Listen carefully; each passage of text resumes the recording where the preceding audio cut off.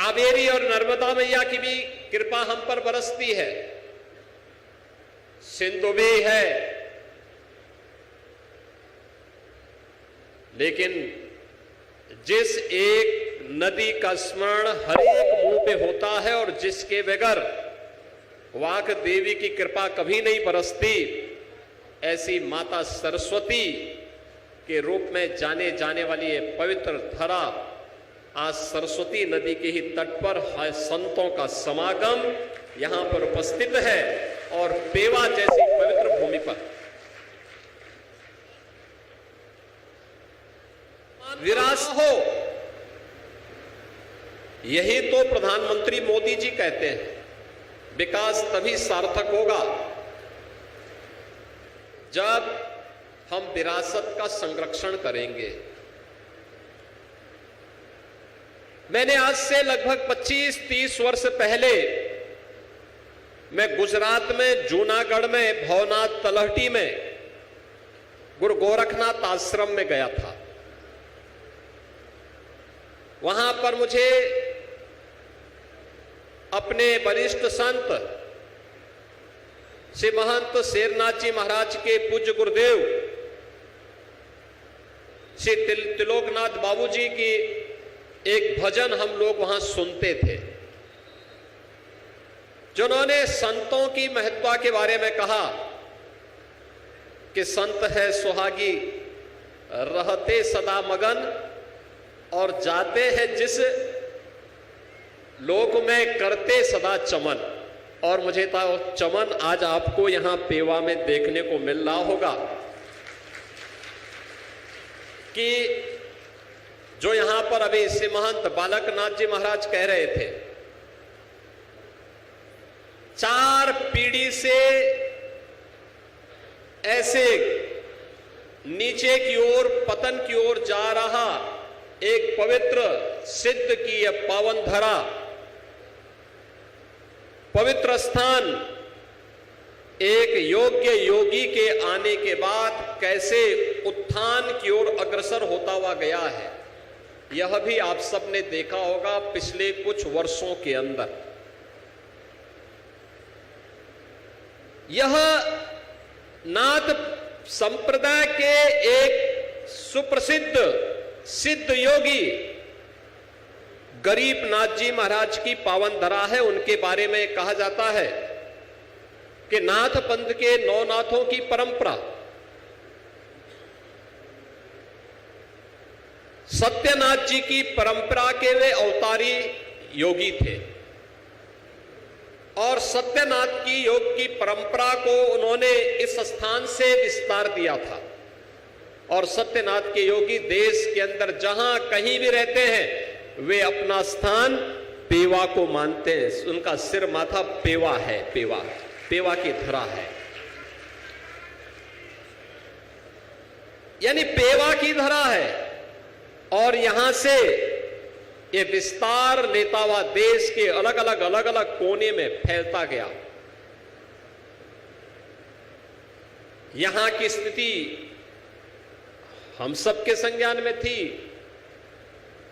और जब शेरनाथ जी के बारे में संप्रदाय ने कहा कि भाई आपका सिर माथा है, आपको वहां पर कुछ करना चाहिए, वे पहले संकोच में थे। मैं करूंगा, मैं सहायता कर दूंगा। सहायता करने से नहीं होगा, स्वयं प्रत्यक्ष रूप से आपकी उपस्थिति वहां पर हो। आप वहां उपस्थित होकर के उस स्थान के बारे में कुछ सोचेंगे तो लोगों के मन में एक विश्वास जागृत होगा।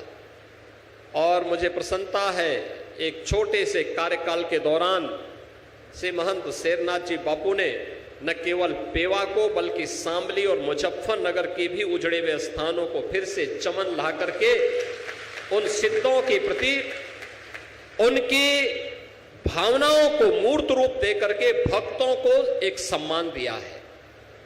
इन पवित्र धार्मिक स्थलों से जुड़े हुए भक्तों के मन में एक नया विश्वास जागृत किया है। मैं आज जब यहां पे हमारे नाथ पंथ के साथ साथ खड़दर्शन संप्रदाय से जुड़े हुए पूज्य संतजन हैं, मैं उनको एक बात बहुत स्पष्टता के साथ कहना चाहता हूं।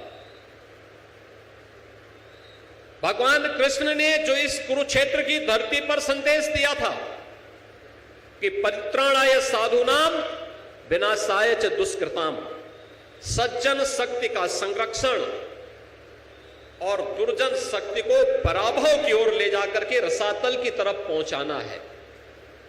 यह कार्य हम अपने व्यक्तिगत जीवन में भी अपने कृतित्व के माध्यम से भी कर सकते हैं। धर्म के भी दो हेतु होते हैं। धर्म का मतलब पलायन नहीं होता। धर्म के बारे में धर्म का किसी भी योगेश्वर ने, किसी भी सिद्ध संत ने पलायन का नाम धर्म नहीं कहा। आप याद करिए, केरल की धरती पर जन्म लेने वाले एक सन्यासी भगवान आदि शंकराचार्य देश के 4 कोनों में भ्रमण करके सनातन धर्म की ध्वजा पताका को मजबूती प्रदान करते हैं। 4 पीठों की स्थापना को उन्होंने जन जागरण के कार्यक्रम के माध्यम से, शास्त्रार्थ के माध्यम से इस अभियान को जीवित किया। आज देश उस रूप में हम सबके सामने देखने को मिल रहा है। हरियाणा के लोकप्रिय मुख्यमंत्री जी आ गए हैं मंच पर। मैं उनका हृदय से अभिनंदन करता हूं और इन पूरे संत समाज की ओर से उन्हें हृदय से बधाई भी देता हूं, उनका अभिनंदन भी करता हूं। सेने जी मेरा दिया जोरदार करतर ध्वनि से एक बार अपने मुख्यमंत्री जी का स्वागत तो करो।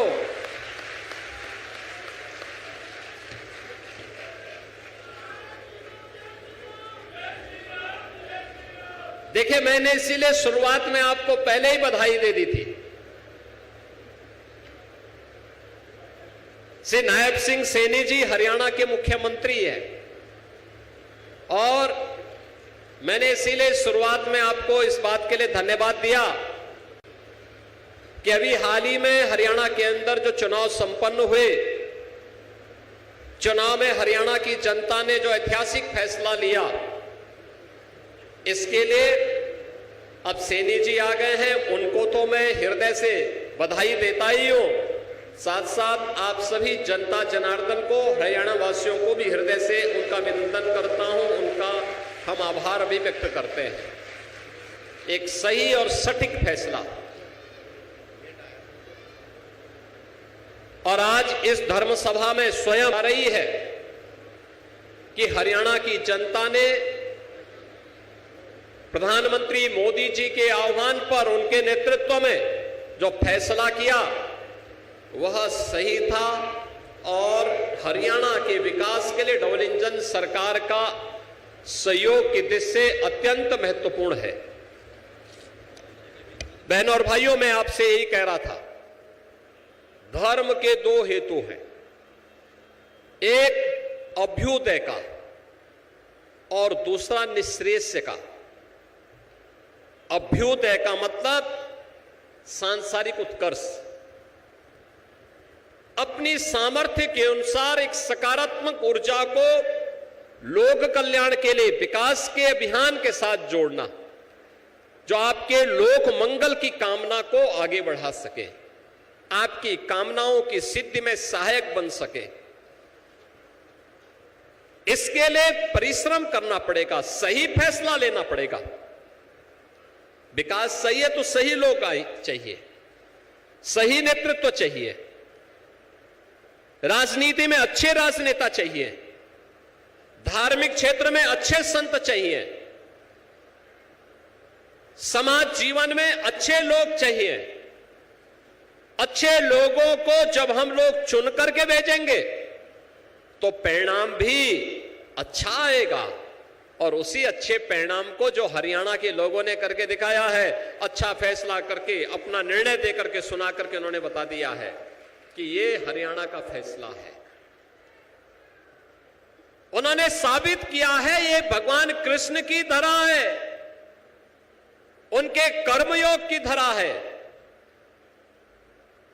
जैसी करनी वैसी भरनी। अच्छा किया है, अच्छा परिणाम आएगा। जिन लोगों ने बुरा किया था उसको बुरा परिणाम दे दिया गया। और दूसरा है निःश्रेयस्य की। एक योगी अपने अभ्युदय को विस्मृत करके कभी निःश्रेयस्य की प्राप्ति नहीं कर सकता। एक सद्गृहस्थ अपने अभ्युदय को विस्मृत करके कभी निःश्रेयस्य की प्राप्ति नहीं कर सकता। याद करना, जब सांसारिक उत्कर्ष और विकास के लिए आप कार्य करेंगे, निष्काम भाव के साथ काम करेंगे, तो उसके परिणाम हमारे सामने इसी रूप में देखने को मिलेंगे। वो हमारे सांसारिक उत्कर्ष का, विकास का मार्ग तो प्रशस्त करेगा ही, बल्कि इस लोक में विकास के साथ जोड़ करके लोक मंगल की कामना के साथ कामनाओं की सिद्धि का आधार तो तैयार करेगा ही, लेकिन इस लोक के बाद वह हमारी मुक्ति का मार्ग भी प्रशस्त करेगा, मोक्ष भी प्रदान करेगा, जीवन में सफलता का मार्ग भी प्रशस्त करेगा। और यही है कामना धर्म की, जिसमें अभ्युदय भी है, निःश्रेयस्य भी है। इन्हीं कामनाओं को लेकर के प्राचीन काल से ही संतों का समागम संप्रदाय के स्तर पर, खड़दर्शन संप्रदाय के स्तर पर होते रहे हैं। और इन समागमों के माध्यम से समय समय पर होने इस धराधाम को उपकृत करने के लिए आने वाले देवीय पुरुषों के माध्यम से, महापुरुषों के माध्यम से जो विशिष्ट घटनाएं घटित हुई, वही हमारे पर्व और त्योहार बन गए। ये पर्व और त्योहार किस रूप में? अभी दीपावली आने वाली है, यानी बापू ने भंडारा ऐसे समय में किया है जब उसके ठीक 2 दिन के बाद दीपावली आने जा रही है। तो मैं आप सब हरियाणा वासियों को इस शानदार जीत के साथ साथ दीपावली की भी बधाई देता हूं, मंगलमय शुभकामनाएं आप सबके प्रति करता हूं। तीसरा, संतों का समागम यहां पर है, यह संतों का एक कुंभ भी है। और रविंद्रपुरी जी महाराज और संपूर्णानंद जी महाराज अभी जो बता रहे थे, प्रयागराज में इस वर्ष महाकुंभ का आयोजन भी होने जा रहा है 13 जनवरी से लेकर के 26 फरवरी तक। यानी दुनिया का ये सबसे बड़ा आयोजन होता है, सबसे बड़ा समागम होता है।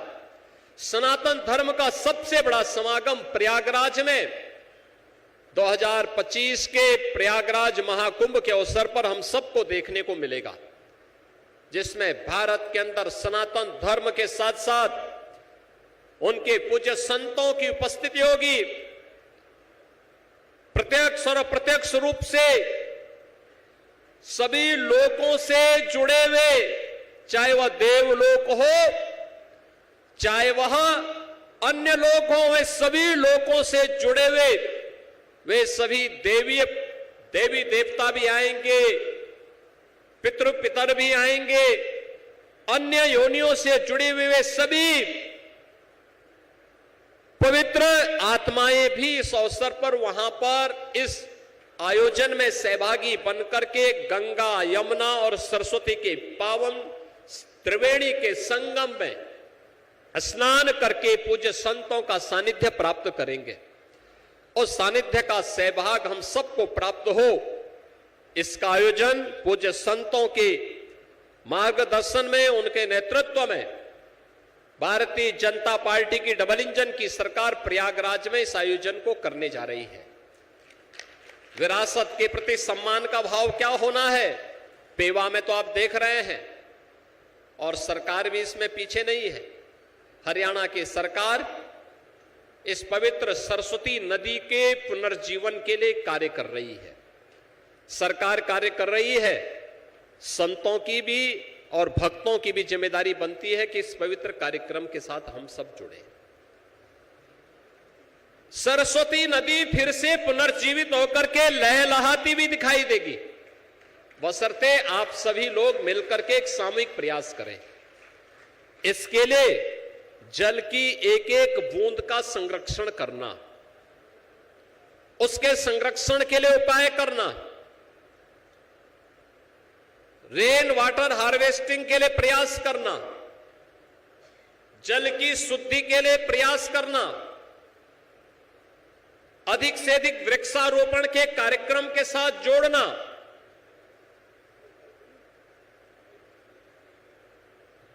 देसी पद्धति को अपनाने का प्रयास करना, खेती भी प्राकृतिक खेती का अगर आप कर सकेंगे, गौ आधारित खेती कर पाएंगे, तो यह भी इस नदी को पुनर्जीवन करने का एक उपाय होगा। भारत की नदी संस्कृति के प्रति हमारी कृतज्ञता होगी। भारत की पवित्र देवी स्वरूप इन नदियों के प्रति हम सब अपने उत्तरदायित्व का निर्वहन कर पाएंगे। और इसीलिए आज यहां पर मैं आपके बीच आया हूं कि एक तरफ हमें कृतज्ञता ज्ञापित करने का अवसर पड़ा है कि यहां पर 4 पीढ़ी से जो स्थान अपने उत्तरदायित्वों से विमुख हो चुका था, उस स्थान को आज एक नया नेतृत्व से महंत शेरनाथ जी बापू के नेतृत्व में प्राप्त हुआ है। और आज ये पेवा का स्थान फिर से यहां पे गरीब सिद्ध शिरोमणि गरीबनाथ जी महाराज की साधना और सिद्धि के मूर्त रूप को जीवंत करता हुआ दिखाई दे रहा है। और इस अवसर पर मैं पेवा वासियों को हृदय से बधाई देता हूं कि यहां पर आज फिर से पेवा की भावना के अनुरूप यह स्थान फिर से अपने पुरातन वैभव को पुनर्स्थापित कर रहा है। ये भंडारे का कार्यक्रम है, संत समागम का कार्यक्रम।